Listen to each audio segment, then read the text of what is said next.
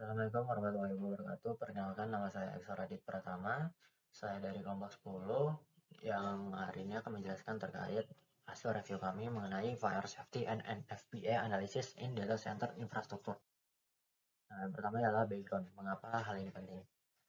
Terdapat tiga. Yang pertama ialah LIB and BAS. Yang dimana itu sistem penyimpanan energi berbasis Li-on kini marak digunakan.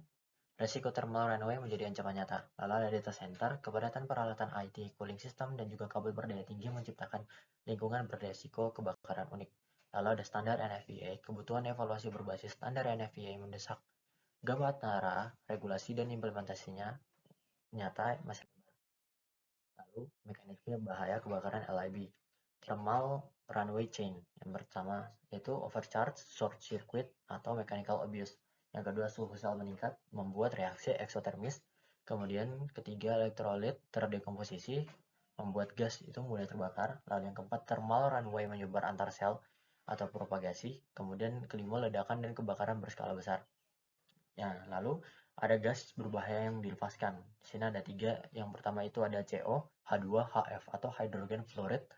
Yang kedua itu gas yang mudah terbakar atau beracun.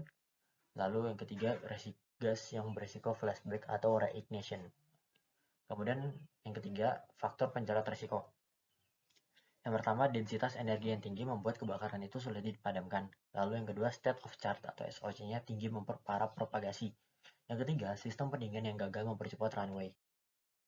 Nah, kemudian evaluasi, deteksi, dan mitigasi LIB. Pengujian dan evaluasi accelerating rate kali calorimetry, lalu UN 38.3 transport test, lalu large scale fire testing, kemudian thermal abuse simulation. Deteksi dininya yaitu sensor gas H2NCO sebagai early warning, monitoring suhu per sel atau BMS, lalu optical fiber sensing, dan voltage anomaly detection. Strategi mitigasinya yaitu thermal barrier antar modul, sistem sprinkler khusus BAS, isolasi sel secara elektrik dan thermal, emergency venting, dan suppression. Lalu studi kasus dari jurnal satu ini adalah kasus kebakaran BAS nyata. Nah, Arizona Up Surprise BAS Fire tahun 2019, yaitu BAS 2 MW or 8 MWH meledak saat commissioning.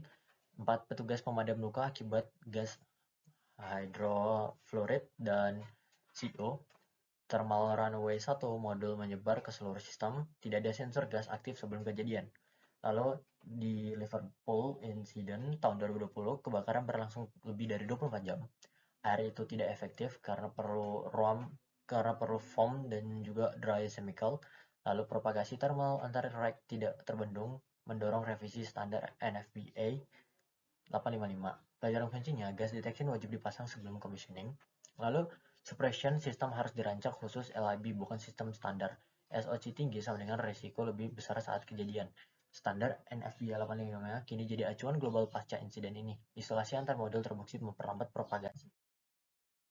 Data centernya, risiko kebakaran yaitu peralatan IT dan kepadatan daya. Server density tinggi membuat panas terlokalisasi. UPS dan baterai cadangan menambah beban thermal.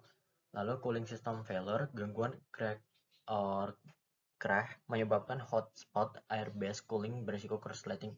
Lalu yang ketiga ada sistem kabel dan raised floor. Kabel berdaya tinggi di bawah lantai raised floor sulit dimonitor, sering jadi titik awal kebakaran.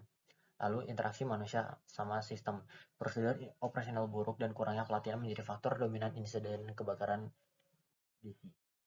Lalu reframing sistem sosioteknis, teknologi, sistem deteksi dan suppression otomatis, redundansi infrastruktur kritis, real-time monitoring dan DCIM, lalu proses dan prosedur, SOP evakuasi dan respon insiden, change management yang ketat, lalu audit reguler keamanan kebakaran. Kemudian faktor manusia, yaitu pelatihan rutin operator dan staf budaya keselamatan organisasi, komunikasi antar tim yang jelas. Studi kasus jurnal 2 yaitu insiden kebakaran data center. OVH Cloud Stars Broke Fire tahun 2021. Satu gedung DC terbakar total, 3 lainnya terdampak.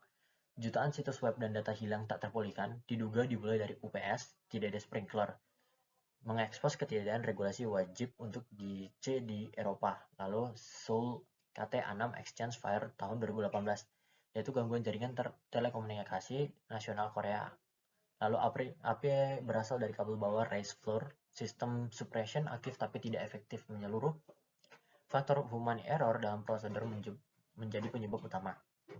Pelajaran kuncinya yaitu sprinkler wajib ada di semua zona DC, termasuk raised floor. UPS dan baterai cadangan harus masuk dalam fire risk assessment. Prosedur manusia dan training setara pentingnya dengan teknologi. Backup and redundancy data bagian dari fire safety planning. Lalu mendorong munculnya regulasi DC spesifik di berbagai negara. Relevansi standar NFPA. NFPA 855, yaitu standar utama untuk BASE dan LIB, mengatur jarak minimum ventilasi dan suppression, lalu diperkuat pasca insiden Arizona 2019, mensyaratkan gas detection and emergency disconnect. Lalu NFPA 75, wajib untuk ruang server dan data center, mengatur clean agent suppression, menyaratkan pendeteksi asap very early warning, lalu direvisi agar kompatibel dengan density yang tinggi. Kemudian ada NFPA 76, yaitu aplikasi di fasilitas telekomunikasi dan exchange, mengatur perlindungan kabel dan raised floor, relevan untuk kasus KT6 Korea, lalu integrasi dengan sistem BMS dan BPM. Kesimpulan dan juga rekomendasi. Nah, kesimpulannya itu LIB and BASE memerlukan sistem evaluasi bahaya yang holistik, lalu data center rentan dari sisi teknis dan manusia secara bersamaan. Studi case membuktikan gap implementasi standar di lapangan, thermal runway dan kegagalan sistem cooling dan sama dengan ancaman terbesar. Lalu pendekatan sosioteknis lebih efektif dibanding hanya teknologi. Nah, rekomendasinya itu implementasi NFPA 855 dan 75 secara penuh dan konsisten. Wajib gas detection and FSDA di semua fasilitas kritis. Integrasikan pelatihan manusia dalam fire safety planning. Riset lanjutan tentang propagasi thermal di skala besar, harmonisasi regulasi internasional untuk fasilitas DC dan BASE.